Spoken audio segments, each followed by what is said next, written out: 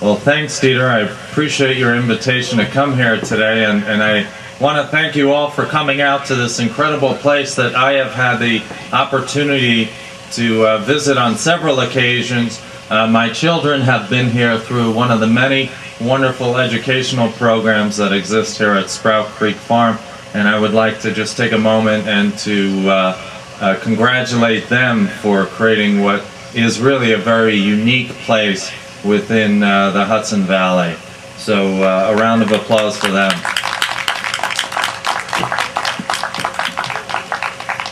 It seems like only yesterday I was in front of folks in Red Hook talking about the need to preserve our farmland, but in actuality it was 5 years ago.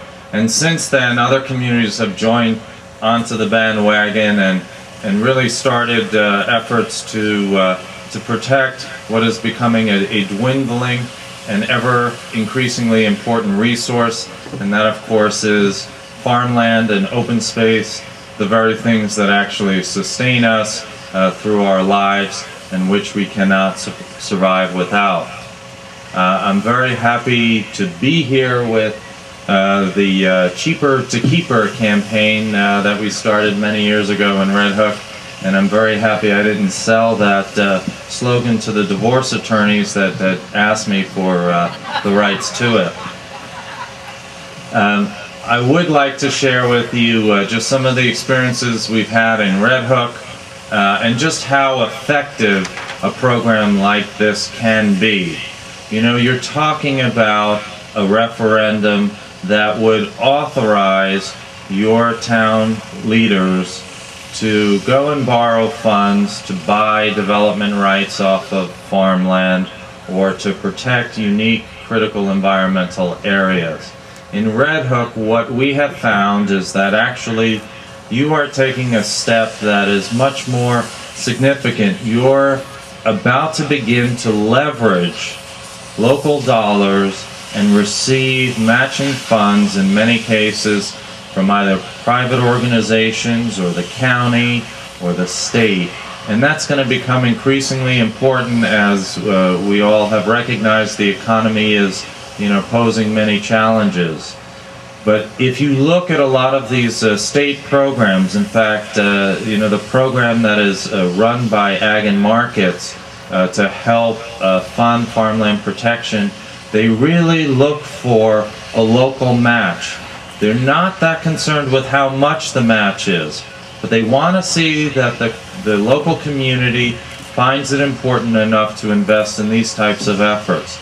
And we found that in Red Hook. In fact, Red Hook was the town where the first state farmland protection grant was sent back in 1999.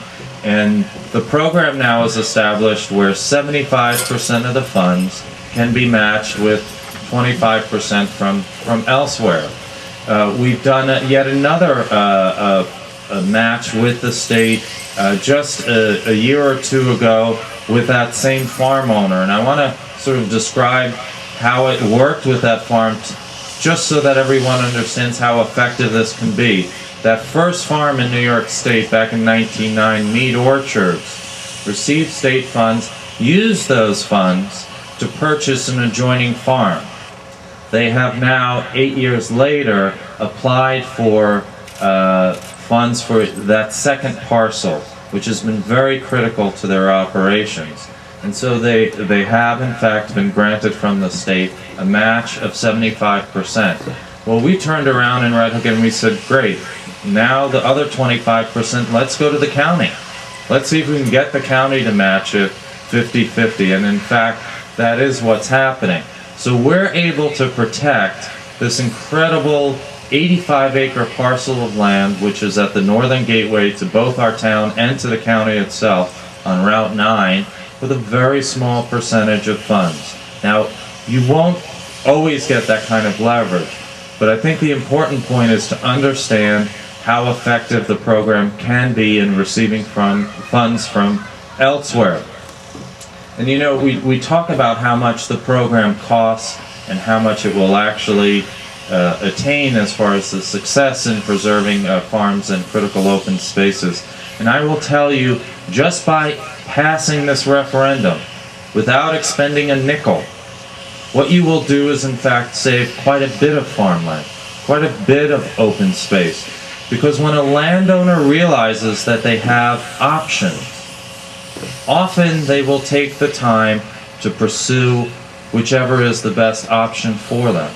We have quite a few farm owners in Red Hook who are not now applying for these types of funds, but they know that they're interested in the program, and they know that it's quite likely someday they will become applicants. So by expending even no dollars, but passing this authorization, you'll be quite successful in holding off on the conversion of farmland and open space. And I want to talk a little bit about the importance of farmland. We all know it. I mean, we need to eat every day. But let's talk about the importance to our children. And this is a great place to be talking about the future and our children, because for too long, for too many decades, we have engaged in consuming our resources both locally and on a national level. We don't have to look past the fuel crisis and the fuel issue to understand how it hits our pocketbooks. But can you imagine if someday we need to rely on other countries to feed ourselves, just what we'll have to pay or what we're willing to do? Our children deserve the opportunity that we've been granted to be exposed to farms, to this rural life, and also to learn about agriculture. And I think there is no better place to be talking about the importance of our children and learning about this important industry. I also want to take a moment to tell you that on a financial basis, you'll be out there talking to folks, talking about this minor cost of perhaps up to $25 a year that each homeowner might pay when all the funds are expended. It might actually be less than that because your tax base will continue to grow during the course of that bonding time. But I will tell you, having done quite a bit of research, if you don't protect your critical open spaces, what you are doing is actually making a poor decision for your financial investment. You know, it's a really bad time for the real estate market right now. But one of the things that will help protect what is in many cases the most important investment that we make, the value of our home, is to protect the open space that surrounds it. Studies show that in most cases, communities that have permanently protected farmland and open space derive at least a 20% increase in the resale value of their homes. So when you're out there talking to folks about whether or not this is the type of investment that you should be making, I tend to talk to them about insurance policies. This is a small copay that we're talking about here. You would not get rid of your health insurance for an extra 20, to eliminate that $20 copay. The same is true here with investing in your farmland and your open space. And I could go on for hours, as you can tell. I'm very passionate about this subject. I know that the people of the Hudson Valley are very passionate about this. I think the message that we need to get across is this is probably something we should have tackled quite some time ago. But we have today, we have the opportunity, and we need to make sure that the Valley still is a place that we all can be proud of.